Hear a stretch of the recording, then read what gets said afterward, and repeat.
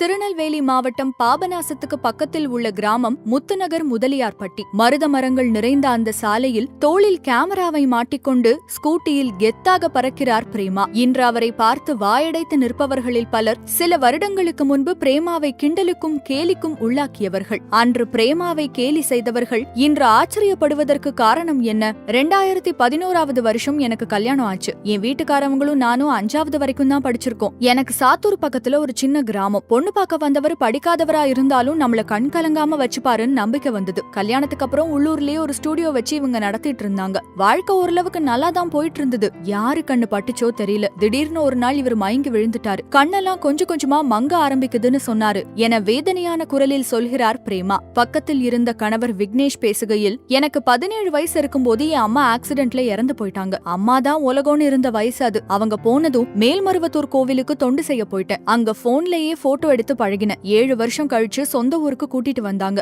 என் கல்யாணத்துக்கு மேல்மருவத்தூர்ல இருந்து 10 பவுன் நகையும் 1 லட்சம் ரூபாய்க்கு சீர்வரிசையும் கொடுத்தாங்க. அந்த பணத்தை வச்சுதான் ஒரு ப்ரொஃபஷனல் கேமரா வாங்கினேன். கொஞ்சம் கொஞ்சமா படம் எடுக்க கத்துக்கிட்டேன் என்கிறார் விக்னேஷ். கல்யாண ஆர்டர், கோவில் திருவிழாக்கள், அரசு விழாக்கள் என 3 வருடங்கள் தனது உழைப்பு மற்றும் ஆர்வத்தால் கொஞ்சம் கொஞ்சமாக முன்னேறி இருக்கிறார் விக்னேஷ். தொடர்ந்து விக்னேஷ் கூறுகையில், ஒரு நாள் திடீர்னு என் கண் பார்வை பறிப்போயிடுச்சு. பிரேமா 2வது முறை கர்ப்பமா இருந்த சமயம் வேற. 5 வயசு பையனையும் கர்ப்பிணி மனைவியும் காப்பாத்த வேண்டிய நேரத்துல இப்படி ஆயிடுச்சேன்னு கலங்கி நின்னு. உதவிக்கு வந்தவங்க எல்லாருமே எங்க அறியாமைய பயன்படுத்தி ஏமாத்திட்டு தான் போனாங்க. அப்போ பிரேமா துணிஞ்சு சில முடிவுகளை எடுத்தாங்க. கேமரா மூலமா அவங்களே படங்களை எடுக்க பழகினாங்க. கம்ப்யூட்டர் முன்னாடி உட்கார்ந்துகிட்டு ஒண்ணு ஒண்ணா என்கிட்ட கேட்டு தெரிஞ்சுக்கிட்டாங்க. எங்களுக்கு வந்த ஆர்டர் எல்லாத்துக்கும் பிரேமாவே போக ஆரம்பிச்சாங்க. ஆனாலும் எங்க ஊர் மக்கள் பிரேமாவை அவ்ளோ சீக்கிரத்துல ஏத்துக்கல. பொம்பளை போட்டோ எடுத்தா எப்படி இருக்குமோன்னு நினைச்சாங்க என விக்னேஷ் ஆதங்கத்துடன் நிறுத்த புன்னகையுடன் தொடர்கிறார் பிரேமா. ஆமாங்க, நான் கேமராவை எடுத்துட்டு போனாலே ஊர்க்காரங்க கேலியாதான் பேசுவாங்க.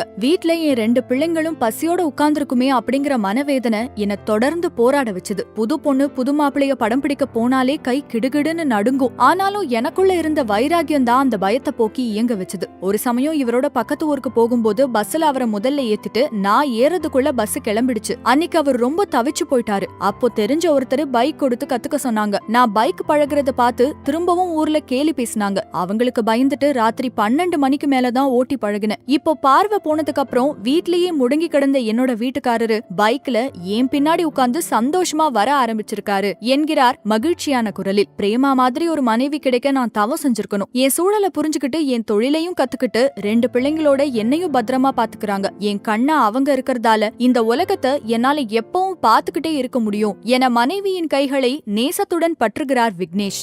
மேலும் இதுபோன்ற செய்திகளை தெரிந்து கொள்ள சுட சுட சேனலை சப்ஸ்கிரைப் செய்யுங்கள்.